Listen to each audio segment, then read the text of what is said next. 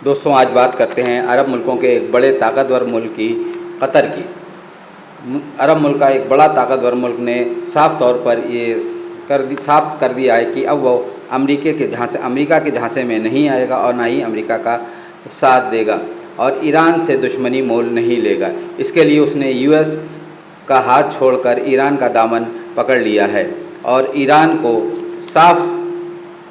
के साथ एक समझौता किया है जिसके तहत कतर अमेरिका का कोई साथ नहीं देगा और इस जंग में ख़ास तौर से और ईरान को $6 बिलियन देगा। इस एवज़ में देगा। अगर आप मीडिया रिपोर्ट की माने तो ख़बरें ये हैं कि ईरान अब कतर पर कोई भी हमला नहीं करेगा। इस बात की पुष्टि इस बात से भी लगती है कि 20 मार्च के बाद ईरान ने कतर के ऊपर कोई हमला नहीं किया है। राजनीतिक गलियारों की बात माने तो कतर का ये कदम एक बहुत ही अच्छा और एक अक्लमंदी का कदम बताया जा रहा है, क्योंकि 20 मार्च के पहले ईरान ने कतर पर अमेरिकी ठिकानों पर इतने बम बरसाए थे, इतनी मिसाइलें दागी थीं कि उनको खंडर बना दिया था और साथ ही कतर के गैस और ऑयल ठिकानों पर भी हमला किया था, जिससे कि कतर का बहुत बड़ा नुकसान हुआ है। कतर का लगभग 17% का मार्केट बंद पड़ा है और नुकसान के साथ साथ जो उसके स्टेशंस हैं उनको ठीक कराने के लिए जो वक्त लगेगा वो 4 से 6 महीने का वक्त लगेगा।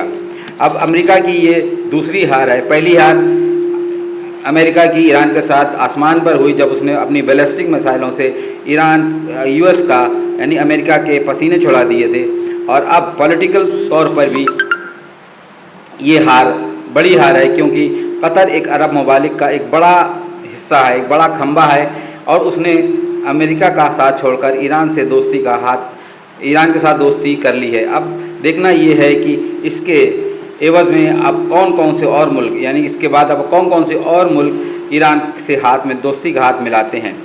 दोस्तों ट्रंप के लिए ये एक बड़ी बुरे ख्वाब जैसी बात है, क्योंकि अगर कतर के अरब के 2 या 3 मुल्क और भी ईरान से दोस्ती का हाथ मिला लेते हैं तो यूएस का खाड़ी मुल्कों से पैर उखाड़ना बहुत ही आसान होगा।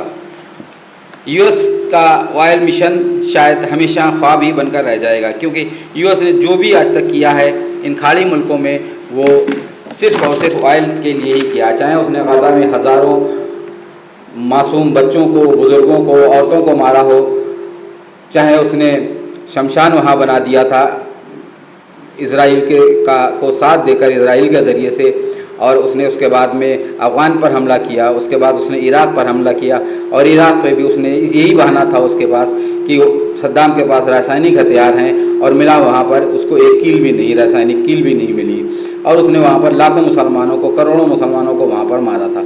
और अब उसने इस बार इसी का बहाना लेकर उसने ईरान पर भी हमला किया था, लेकिन इस बार उसको मुँह की खानी पड़ी है और वो बैकफुट पर है। आप ये देखें कि इस तरह की जो खाली ऑयल के लिए ये धारी दादागिरी जो अमेरिका करता है वो ऑयल के लिए करता है, और उसका साथ में वो इसराइल को अपने साथ रखता है और लाखों करोड़ों डॉलर्स जो है इसराइल को देता है हर साल के साल के आप वहाँ से ख़बर दीजिए और उन पर निगाह रखिए और ऑयल की कोई भी इधर से उधर खरीद बहुत ज़्यादा ना हो।